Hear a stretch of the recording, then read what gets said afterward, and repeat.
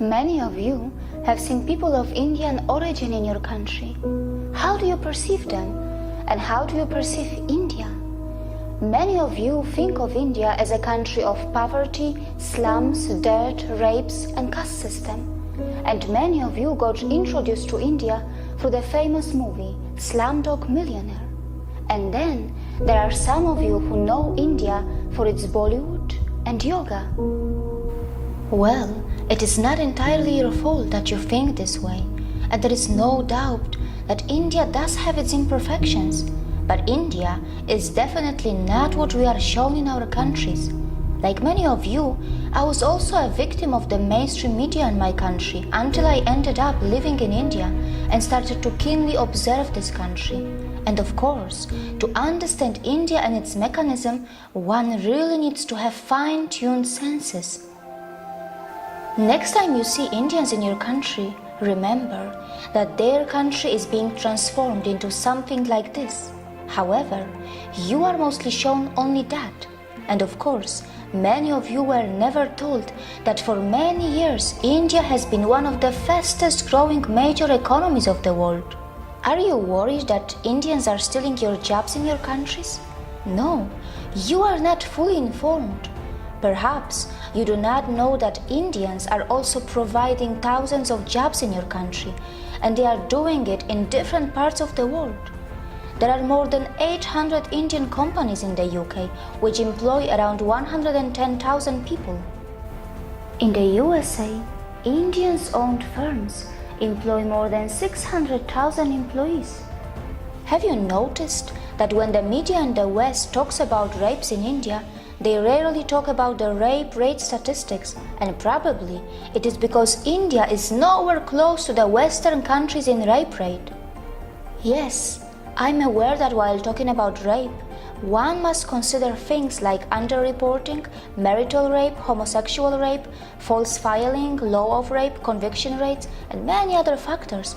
And that is why I sincerely recommend you to dig a bit deep into this and analyze where your own country stands before you become a victim of the mainstream or fake stream media.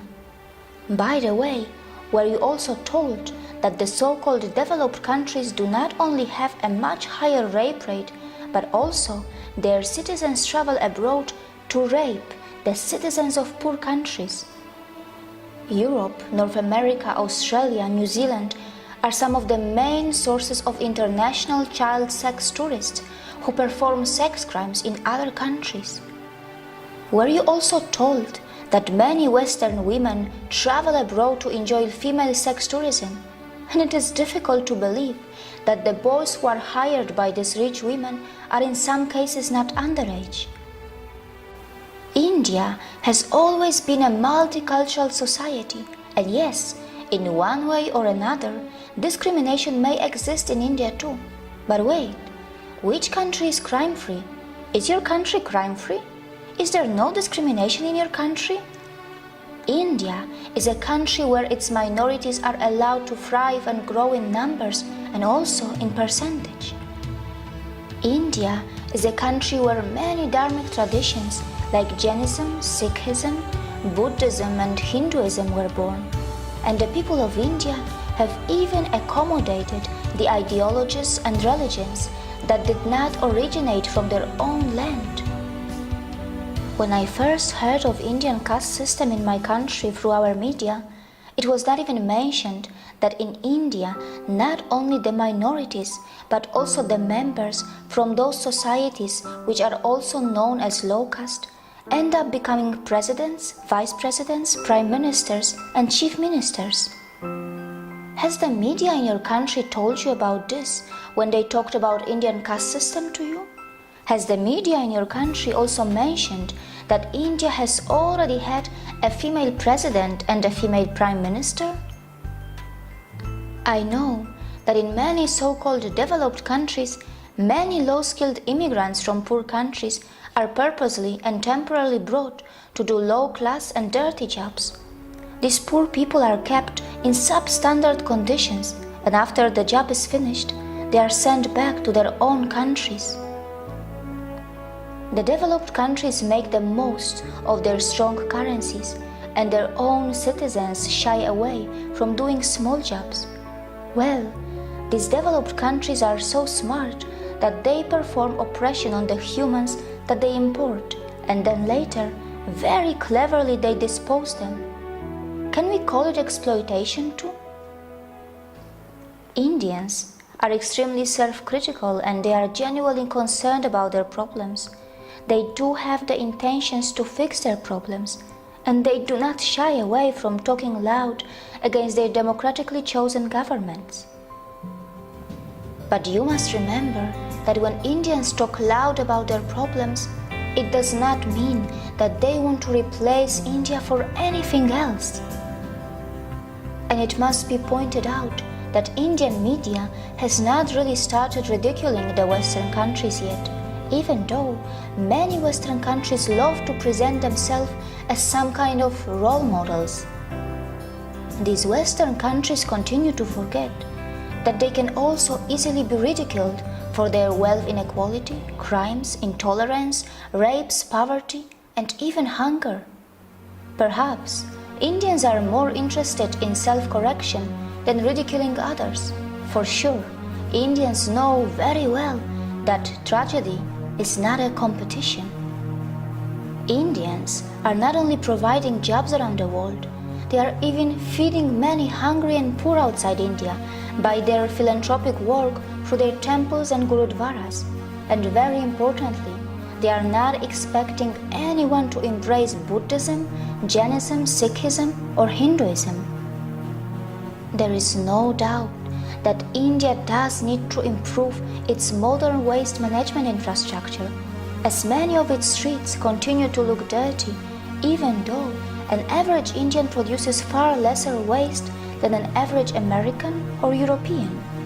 Also, the per capita emissions from India are so low in comparison to the USA or China, and Indians are nowhere close to the West when it comes to historical emissions.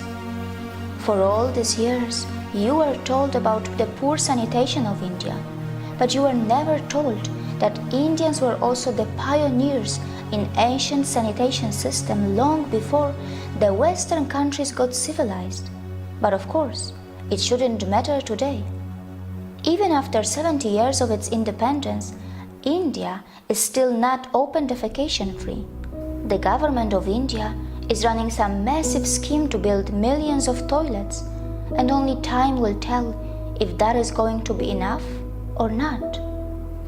Not many people know that when it comes to defecation, some citizens in the Western countries have a strange addiction, or rather a disorder, and this is where a potential exchange can take place between India and the West.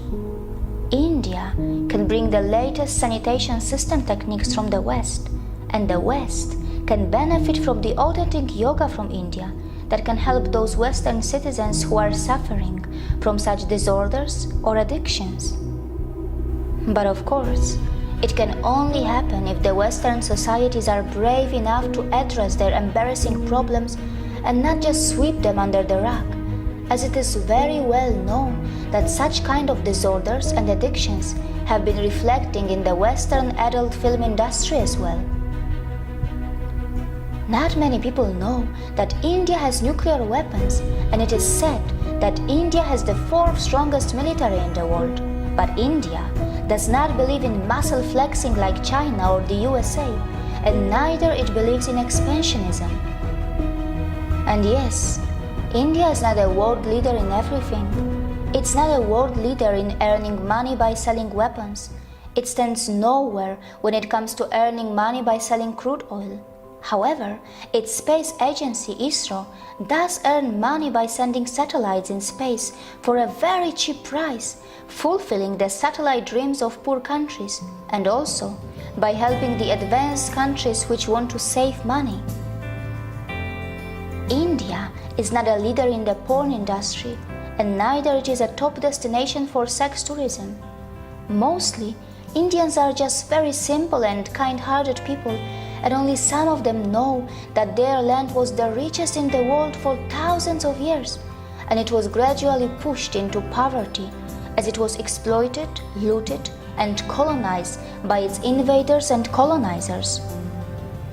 And these unfortunate victims who have just tasted their independence after centuries of oppression and atrocities are finally rebuilding their country in an extremely democratic environment that may slow down things a bit for them, but at least their system attempts to involve everyone in the rebuilding of their nation. The good news is that India's rise is unlikely to cause any country a demographic trouble, as India's dharmic institutions are not interested to convert you from your religions. Not just that, we are not really going to face any brown supremacy, even though Indians themselves come in all skin colors and features. It is also highly unlikely that Indians will hate you, even though many of you may have developed prejudices against them because of the mainstream media houses, which for some special reasons are overplaying and sensationalizing their problems. Indians are gentle, accommodating, compassionate, hospitable, and yes, they do not have a fake smile. Their smiles are still very real, and most importantly, they are forgiving. Look how they even welcome the people from the land of their ex-colonizers in their country, even today. Before you comment on India, remember that the countries which were never colonized will not easily understand what it means to suffer from a post-colonial identity crisis. India may have its imperfections, and in this process of rebuilding, it will make its share of mistakes, and it will learn from them.